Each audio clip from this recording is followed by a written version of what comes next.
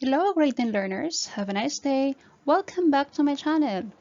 If you are new to this channel, don't forget to subscribe and click the notification bell so you will be notified every time I have new video tutorial on mathematics. Thank you. For today's video, I'll be discussing to you about division of polynomials using synthetic division. This is a shorter method in finding the quotient between two polynomials. Now, talking about synthetic division, this is another way of finding the quotient when a polynomial is divided by a binomial in the form of x minus r, wherein we only write the coefficients. If you have observed, we were able to find the quotient in long division, but the procedure is quite long. For this time, we'll make it a little bit shorter.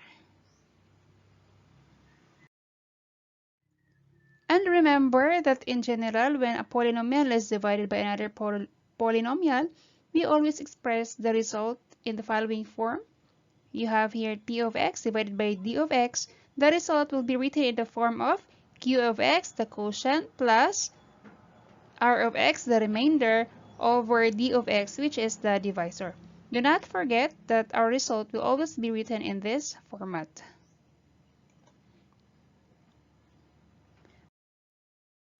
Now we will consider the first example. Use synthetic division to divide quantity of 7x squared minus 4x plus 12 plus 3x cubed divided by quantity of x plus 1. The first thing that we're going to do is we have to check the dividend and the divisor if the terms are already arranged in descending orders. How to check?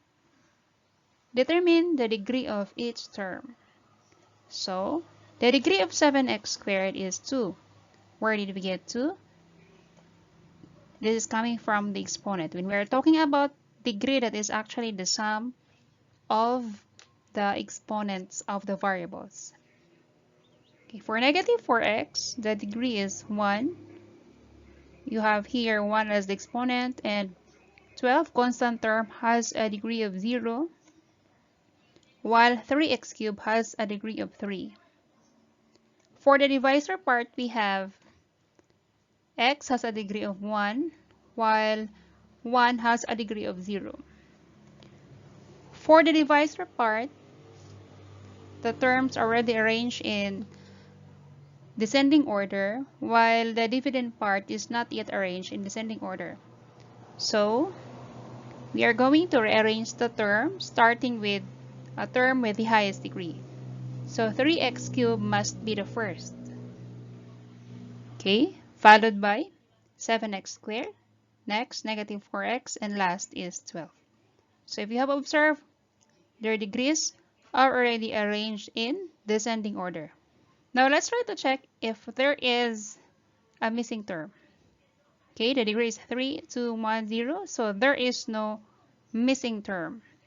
Since there is no missing term, we're now going to write the numerical coefficient of its term in the dividend. So we have 3, 7, here we have negative 4. If it is positive, do not write anymore the plus sign.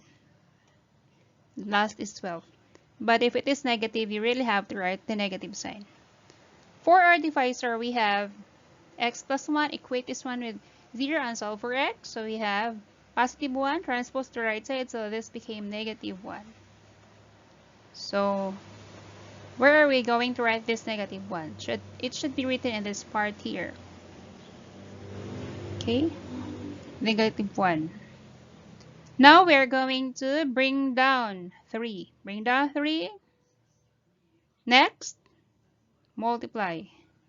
Going to negative 1.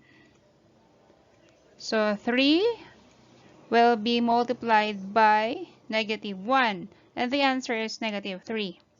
Write the answer to the next column. It should be aligned to the second column. So we have negative 3. Next operation that we're going to use is addition.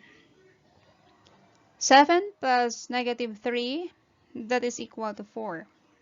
4 times negative 1, negative 4. Negative 4 plus negative 4, it is equal to negative 8. Negative 8 times negative 1, the answer is positive 8. 12 plus 8, that is equal to 20. Okay, we have now our answer.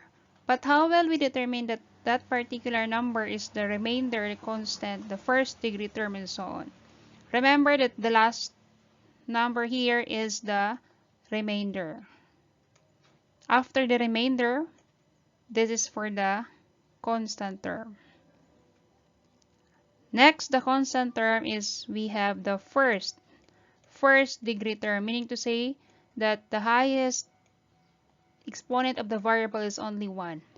And after the first degree term, we have the second degree term. And if there is still a number, then you have third, fourth, and so on. Okay.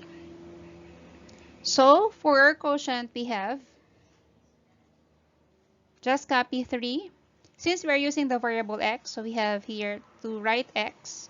And the exponent of x is 2, since 3 is on the second degree term. Plus, because this is positive, 4. Plus 4, and then we have here x. No exponent for x because it's already understood that it has 1. No need to write anything. Okay, for the fourth degree term. Followed by negative 8. So this is constant term, no variable beside. Okay, that is our quotient. For our remainder, we have here 20. Okay. One thing also that you have to remember, that the quotient, the degree of the quotient is less than 1 to the degree of the dividend. So try to look at the degree of the dividend. The degree of the dividend is 3. So minus 1, that is 2. So 2 is the highest degree of the quotient. So we have here 2. Okay? So following this format, okay, we can write our answer in this way. So quotient part, we have 3x squared plus 4x minus 8 plus, this is a quotient, plus 20, which is the remainder, over x plus 1, which is the divisor. Okay, this is how we write our final answer. Okay.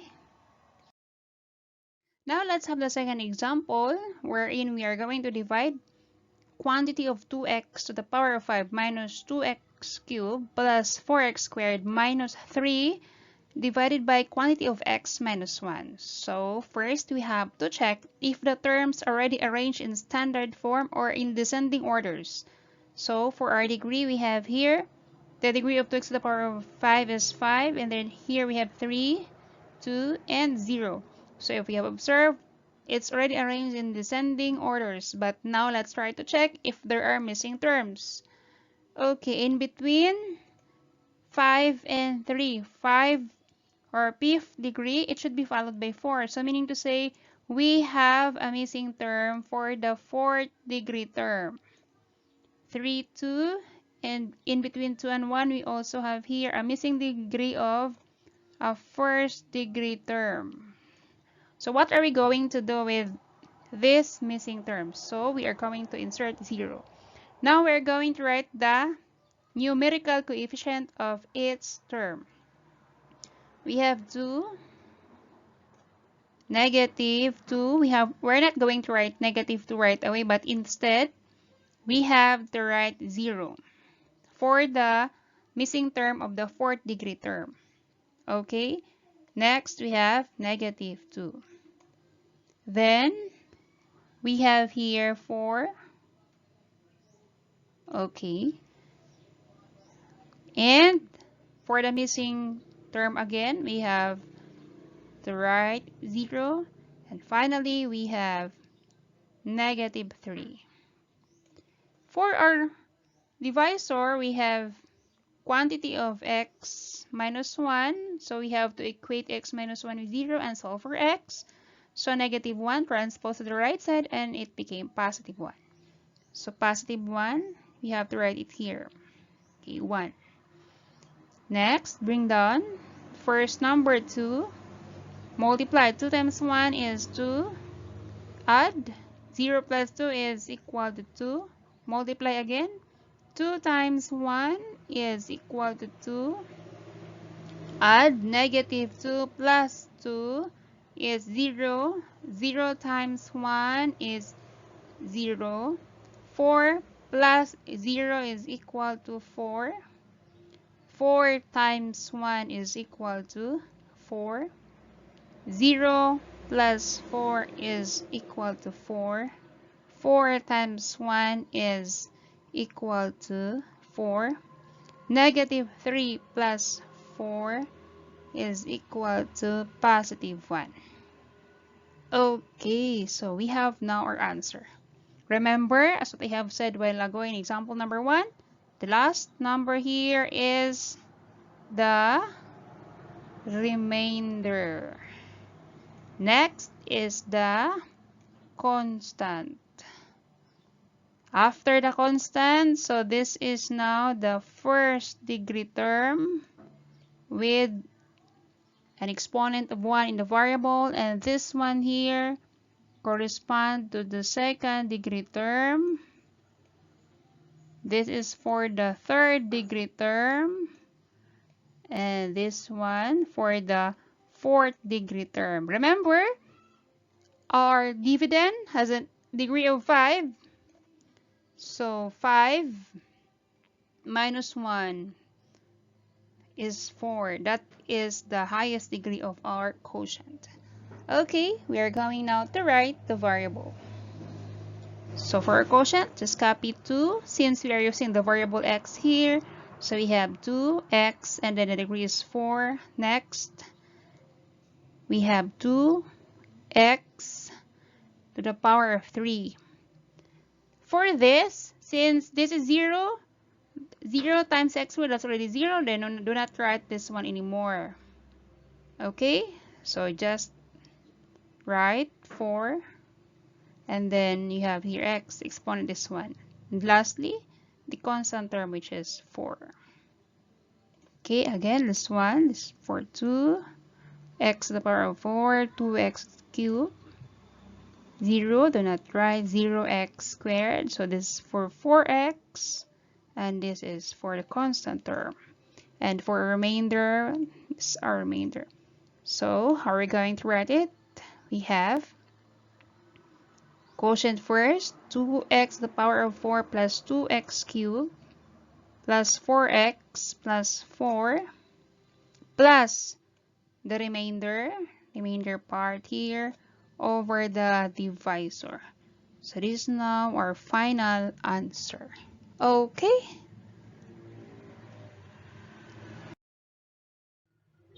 Hopefully you learned something for today's video. Thank you so much for watching, guys. Please don't forget to like, or if you have questions regarding the video, just comment it in the comment box. Kindly share also to other students for them to learn or master the lesson. And please don't forget to subscribe to be updated for more math lesson videos and turn on the bell for notifications.